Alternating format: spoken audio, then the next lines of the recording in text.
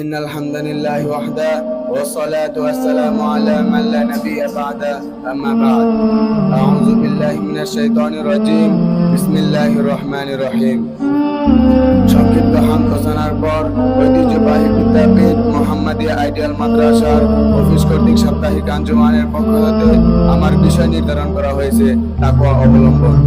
উক্ত বিষয়টি সংক্ষিপ্ত কিছু আলোচনা করে আমার বক্তব্যের ইতি টানবো ইনশাআল্লাহ। ওয়া মা তাওফীকি ইল্লা বিল্লাহ আলাইহি তাওয়াক্কালতু ওয়া ইলাইহি উনীব। তাকওয়া সম্পর্কে জানার পূর্বে আমাদের জানতে হবে তাকওয়া কাকে বলে। তাকওয়া আরবি শব্দ যার বাংলা অর্থ হলো আল্লাহ বিধি অর্থাৎ আল্লাহর ভয়। সম্মানিত উপস্থিতি, আল্লাহর ভয় যদি আমরা আমাদের মনের মধ্যে রাখতে পারি তাহলে আমাদের সমাজ থেকে অশ্লীল কাজ, পাপাচার, মারামারি, কাটাকাটি, হানাহানি সমস্ত কিছু দূর হয়ে যাবে। এই আল্লাহ বিধি সম্পর্কে কোরআনের অসংখ্য জায়গায় বর্ণনা রয়েছে। আল্লাহ তাআলা কোরআনুল কারীমে সূরা আল ইমরানের 102 নম্বর আয়াতে বলেন, ইয়া আইয়ুহাল্লাযীনা আমানুত্তাকুল্লাহা হাক্কা তুকাতিহি, হে বিশ্বাসীগণ তোমরা মহান আল্লাহর উপর যথার্থ ভয় করো।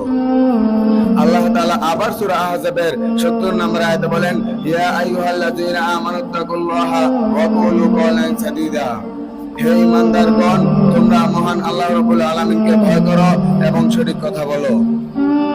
সম্মানিত উপস্থিতি, এই আল্লাহ বিধি সম্পর্কে আমাদের শ্রেষ্ঠ নবী মুহাম্মদ সাল্লাল্লাহু আলাইহি ওয়াসাল্লাম আজ থেকে 1450 বছর আগে বলেছিলেন, ইত্তাকুল্লাহা হাইসু মা কুনতা, অর্থাৎ তোমরা যেখানেই থাকো না কেন, যে অবস্থায় থাকো না কেন মহান আল্লাহ রাব্বুল আলামিনকে ভয় করো।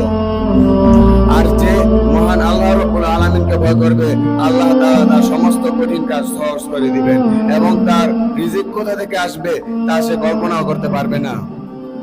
সম্মানিত উপস্থিতি, আরেকটি হাদিসে এসেছে, তোমরা যদি মহান আল্লাহ রাব্বুল আলামিনের উপর যথাযথ ভরসা করতে তাহলে তোমাদেরকেও পাখির ন্যায় রিজিক প্রদান করা হতো। তারা যেমন সকালে খালি পেটে বের হয়ে যায় এবং সন্ধ্যায় ভরা পেটে ফিরে আসে। সম্মানিত উপস্থিতি, আমরা যদি মহান আল্লাহ রাব্বুল আলামিনের প্রতি ভয় এবং তার উপর যথাযথ ভরসা করতে পারি তাহলে আমরা লাভ করতে পারবো ইহকালীন কল্যাণ এবং পরকালীন মুক্তি। এই বলে পরিশেষে আমরা মহান আল্লাহ রাব্বুল আলামিনের কাছে দোয়া করি, হে আল্লাহ আপনি আমাদেরকে তাকওয়ার সাথে জীবন যাপন করার তৌফিক দান করুন। আমরা সকলে বলি আমিন। ওয়া আখিরু দাওয়ানা আলহামদুলিল্লাহি রাব্বিল আলামিন। আসসালামু আলাইকুম ওয়া রাহমাতুল্লাহি ওয়া বারাকাতুহু।